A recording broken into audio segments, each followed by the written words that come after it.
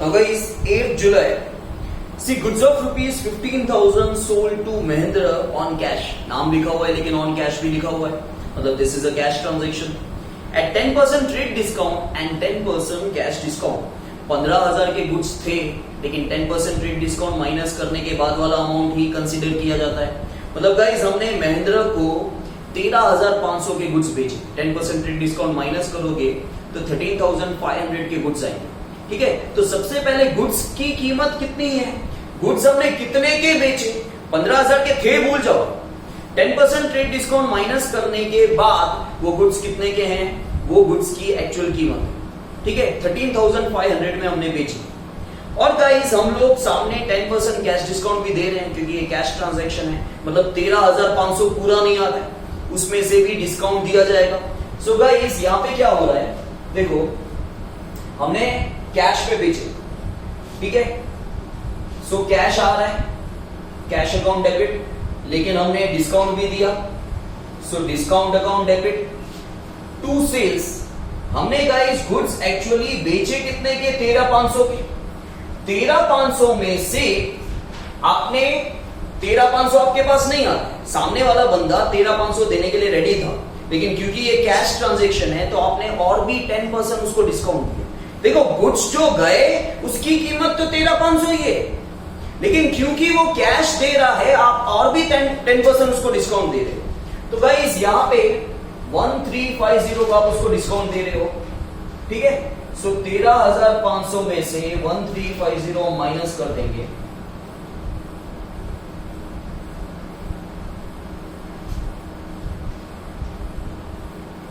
So this is 12,150.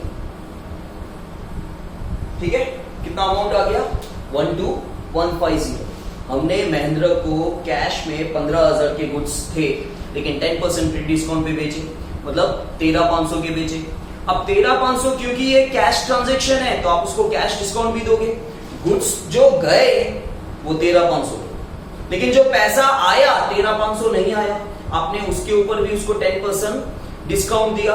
आपने 10% discount दिया तो काट साट के आपके पास कितना पैसा आया, 12,150. और ये जो डिस्काउंट मैंने रिकॉर्ड किया है ये कैश डिस्काउंट, डिस्काउंट अलाउड है, हमने डिस्काउंट दिया. ठीक है, तो हमारा एक्सपेंस है, एक्सपेंस इसलिए डेबिट किया. Okay, then guys next one, 10th July. See goods of rupees 300, withdraw goods of rupees 300 and cash rupees 200 for personal use. Business में से पर्सनल यूज मतलब ओनर लेके जा रहा है. ओनर 300 रुपए के गुड्स और 200 रुपए कैश अपने पर्सनल यूज के लिए लेके जा रहा है. सो गाइस दोनों चीजें ओनर ही लेके जा रहा है. सो ड्रॉइंग्स हुआ, ड्रॉइंग्स कितने की हुई, टोटल 500 रुपए की. ठीक है, लेकिन गाइस ओनर खाली कैश तो नहीं लेके जा रहा है और खाली गुड्स भी नहीं लेके जा रहा है. 300 रुपए के गुड्स लेके जा रहा है और 200 रुपए कैश लेके जा रहा है. तो गुड्स कितने के गए बाहर, गुड्स का स्टॉक कम हो रहा है तो परचेज आएगा, क्योंकि ना हम सेल कर रहे हैं ना परचेज रिटर्न हो रहा है. उसके अलावा अगर गुड्स बाहर जाए तो टू परचेज लिखेंगे. और कैश कितना जा रहा है बिजनेस से, 200. जो भी चीज बिजनेस से जाती है उसे हम क्रेडिट करते हैं. Then guys next one, 11, purchase plastic bags of rupees 200 for goods packing by cash. हमने गाइस प्लास्टिक बैग्स लिए, लेकिन क्यों लिए, गुड्स को पैक करने के लिए, और वो भी कैश में लिए, तो ये पैकिंग एक्सपेंस में आ जाएगा. अगेन ये खर्चा है तो इसे हम डेबिट करेंगे. सो गाइस 11th को packing expenses account debit to cash account. पैसा जा रहा है, जो चीज जाती है उसे क्रेडिट किया जाएगा. Then guys 13th, sorry 12th one, rupees 2,000 paid by cheque for salary and wages. Salary और वेजेस का मिला के टोटल खर्चा कितना है, 2,000 का. और हम कैसे पेमेंट कर रहे हैं, चेक के थ्रू. हम कौन, हम बिजनेस. बिजनेस हमेशा सैलरी और वेजेस देता है क्योंकि सामने एम्प्लॉय की सर्विस मिल रही है. ओके, तो ये हमारा एक्सपेंस है. सो एक्सपेंस का नाम क्या है guys, salary and wages account debit. और क्योंकि पैसा कैसे जा रहा है, चेक के थ्रू. ठीक है, तो हमारा बैंक बैलेंस डिक्रीज होगा तो बैंक अकाउंट क्रेडिट हो जाएगा. कितना अमाउंट है 2000. Okay, then 13th one guys, ध्यान देना, bad debts took place rupees 300 which due from Rajshri. Guys बोला गया है कि राजश्री हमारी डेटर होगी, उससे 300 रुपए का बेड डेप्स हो गया. Bad debts took place of rupees 300 which due from Rajshree. अब आपको ये चेक करना है कि राजश्री से हम कितना पैसा मांगते थे. गाइस 6 ट्रांजैक्शन में 6 जुलाई को हमने राजश्री को 10,800 के गुड्स बेचे थे. उसमें से आधा पेमेंट उसने कर दिया था, बाकी वो आधे अमाउंट की डेटर थी. आधा अमाउंट कितना लेना था 5400. मतलब राजश्री हमारी 5400 की डेटर थी, उसमें से 300 का बेड डेप्स हो गया गाइस. मतलब 300 रुपया नहीं मिलेगा और बाकी का पैसा उसने दे दिया होगा. लेकिन गाइस यहाँ पे एंट्री क्या होगी, यहाँ पे ये बोला गया है खाली कि बेड डेप्स हुआ. बेड डेप्स हुआ मतलब बाकी का पैसा मिल गया, हम ऐसा मानेंगे. ठीक है. So guys bad debts took place rupees 300 which is due from Rajshree.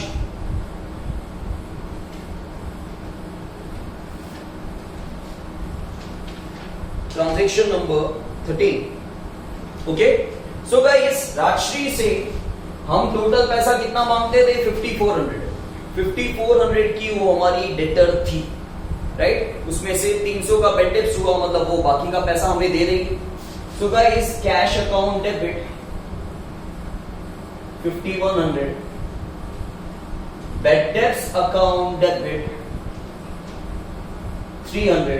Cash आधा है 5100, उसके बारे में बोला नहीं है, हमें खुद कैलकुलेट करना है क्योंकि वो हमारी डेटर 5400 की थी, जिसमें से यहाँ पे इंफॉर्मेशन में सिर्फ यही लिखा हुआ है कि 300 का बेड डेप्स हो गया. उसका मतलब ये होता है कि बाकी का पैसा आ रहा है 5100 और बेड डेप्स हमारा लॉस है इसलिए डेबिट होगा.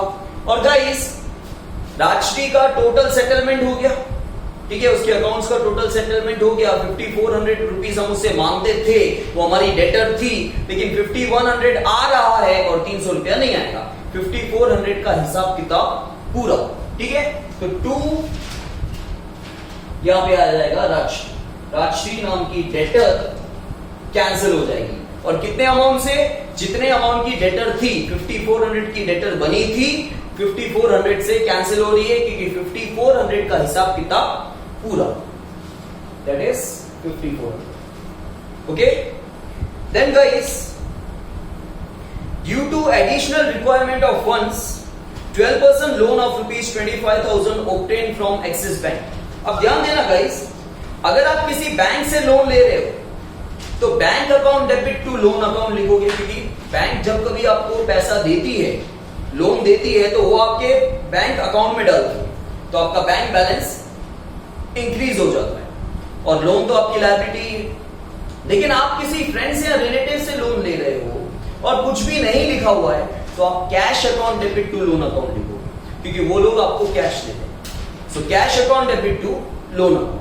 सो गाइस लेकिन यहां पे तो हम बैंक से लोन ले रहे हैं, सो हमारा बैंक बैलेंस इंक्रीज होगा. So guys bank account debit how much 25,000. और हम किससे लोन ले रहे हैं, एक्सिस बैंक से. 12% रेट ऑफ इंटरेस्ट पे to 12% Axis bank account. Okay, समझ में आया. Then guys 15th one, goods of rupees 2000 destroyed by fire. 2000 के गुड्स जल गए, for which insurance company has admitted a claim of rupees 1500 and realised rupees 200 from goods burnt by fire. Guys 2000 के goods जल गए, insurance company हमेशा claim future में देगी, कभी भी अभी पैसा नहीं मिलता है एट अ टाइम कंपनी से. इंश्योरेंस कंपनी से कभी भी एट अ टाइम पैसा नहीं मिलता. आपके 2000 के गुड्स जल गए, इंश्योरेंस कंपनी सर्वे वगैरह करेगी और इंश्योरेंस कंपनी ने आपको 1500 रुपए का क्लेम पास किया है आपके लिए. मतलब इंश्योरेंस कंपनी से फ्यूचर में 1500 रुपए मिलेंगे. ठीक है, 2000 के गुड्स जल गए, लेकिन इंश्योरेंस कंपनी से कितना पैसा फ्यूचर में मिलेगा 1500. इंश्योरेंस कंपनी हमारी डेटर है. सो गाइस इंश्योरेंस कंपनी हमारी डेटर है या एसेट से कुछ भी बोलो, उससे कितनी रिकवरी होगी 1500. और गाइस आगे क्या लिखा हुआ है, rupees 200 realise from goods burnt by fire. Realise मतलब बेच के पैसा आना.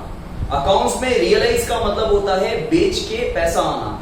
तो जो जले हुए गुड्स थे उनको जब हमने बेचा, 2000 के गुड्स जल गए, वो जले हुए गुड्स जब हमने बेचे होंगे भंगार के भाव में तो 200 रुपए कैश आए। सो गाइस कैश अभी आ रहा है, कैश अकाउंट डेबिट।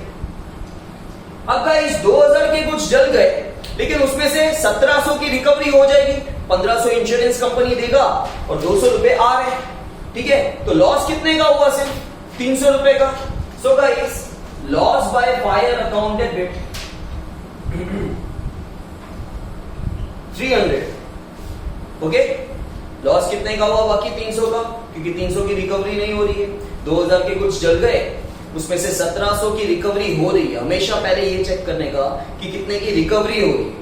रिकवरी जितने की हो रही है वो चेक करने के बाद आपको आपका लॉस पता चल जाएगा। तो लॉस 300 का आ रहा है और लॉस के साथ हमेशा हम रीजन लिखते हैं, ठीक है। और गुड्स का स्टॉक तो लेकिन कम हो गया, कितने का? 2000 का, क्योंकि पूरे 2000 के गुड्स जल चुके हैं। तो गाइस हम लिखेंगे 2 परचेजेस, कितना? 2000। Okay,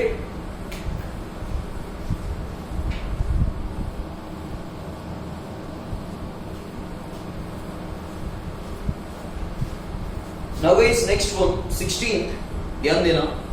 See, both life insurance premium of sum ₹450 and fire insurance premium of ₹550 paid by check. Guys हमने लाइफ इंश्योरेंस प्रीमियम बेटे का, वैसे भी खाली लाइफ इंश्योरेंस प्रीमियम होता तो ओनर का क्या लाता, ओनर के बेटे का है मतलब वो भी ओनर का खर्चा ही है, ठीक है। तो ओनर का खर्चा 450 का 16th वन वो ड्रॉइंग्स हुआ। सो ड्रॉइंग्स अकाउंट डेबिट 450। फिर guys fire insurance premium account debit, वो तो बिजनेस का खर्चा ही है। बिजनेस में आग लग जाए तो उससे सिक्योरिटी पाने के लिए हम लोग फायर इंश्योरेंस करवाते हैं, ठीक है। उसका जो प्रीमियम पे कर रहे हैं वो बिजनेस का खर्चा ही है। So guys that is 550। और ये दोनों चीजें हमने कहां से पे किया? बिजनेस के बैंक अकाउंट से। सो बिजनेस का बैंक बैलेंस डिक्रीज होगा, पेड बाय चेक लिखा हुआ है।